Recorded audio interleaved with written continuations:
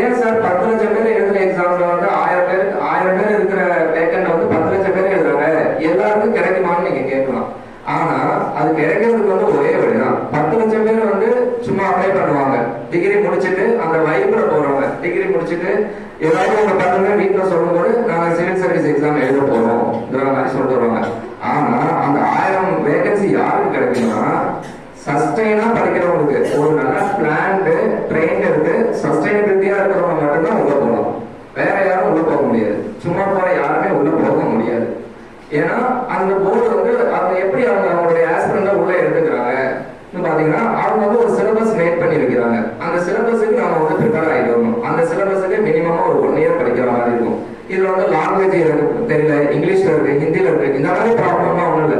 அவங்க என்ன வந்து செக் பண்ணுவாங்கன்னு பாத்தீங்கன்னா, நீங்க ஃபர்ஸ்ட் ஸ்டாண்டர்ட்ல இருந்து 10th வரைக்கும் படிக்கிறீங்களே, 11th 12th கூட குரூப் வந்து வேரியேஷன் ஆகும். 10th வரைக்கும் படிக்கிறதுல கொஞ்சம் அதிகமான இன்ஃபர்மேஷன் மட்டும்தான் கேட்பாங்களே.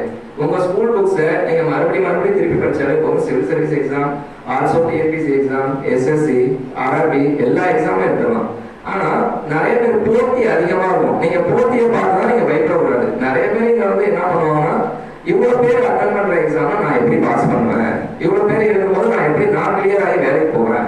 அதுக்குதான் நாம வந்து எந்த எக்ஸாம் நாம எழுதணும்னு நாம ஃபர்ஸ்ட் முடிவு பண்ணிக்கணும்.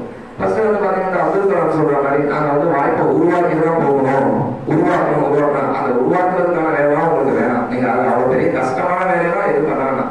ஆனா உங்களை சுத்தி நிறைய வாய்ப்பு இருக்கு, நிறைய கோர்ஸ் இருக்கு, நிறைய எக்ஸாம்ஸ் எடுக்கிறாங்க. வருஷத்துக்கு யூபிஎஸ்சி 1000 கேட்கறாங்க, 1000 ஜாப் வேகன்சி ஃபில் பண்றாங்க.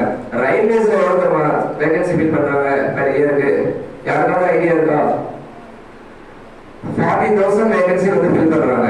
எஸ்எஸ்சில வந்து 20,000 வேகன்சி ஃபில் பண்றாங்க. டிஎன்பிசில லாஸ்ட் 2022-23 ஆனுவல் ரிப்போர்ட் படி பாத்தீங்கன்னா 19,000 வேகன்சி வந்து ஃபில் பண்ணிருக்காங்க. இப்படி எவ்ரி ஊர்ல வந்து நிறைய வேகன்சி ஃபில் பண்றாங்க.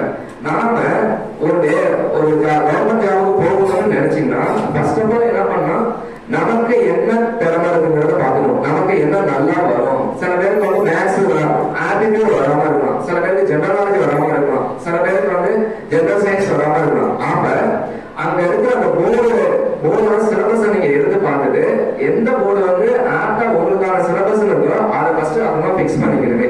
ஆக்சுவலா நாம வந்து மல்டியா ட்ரை பண்ணக்கூடாது. குயிக்கா வேலைக்கு போனா இது ஒரு பெஸ்ட் வே வந்து என்னன்னா, நான் வந்து ஜெனரல் நாலேஜ் தானே, ஆப்டிடியூட் தானே, ரீசனிங் தானே, ஜெனரல் இங்கிலீஷ் தானே, நான் வந்து எல்லாத்தையும் படிச்சுட்டு மல்டியா ட்ரை பண்ணக்கூடாது.